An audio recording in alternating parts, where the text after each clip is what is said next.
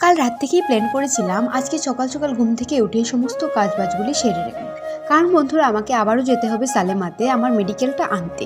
গতকালকেও এতটা পথ গিয়ে ফিরে আসতে হয়েছে আমার গাফিলতির কারণে, তো আজকে গিয়ে দেখি কাজটা হয় কিনা। আজ যেহেতু বৃহস্পতিবার তাই আর ঘরটা মুছলাম না, শুধু বারান্দাটাই মুছে দিচ্ছি। যেহেতু পড়াশোনা করতে স্টুডেন্ট আসে তো ওদেরও একটু বসতে ভালো লাগবে।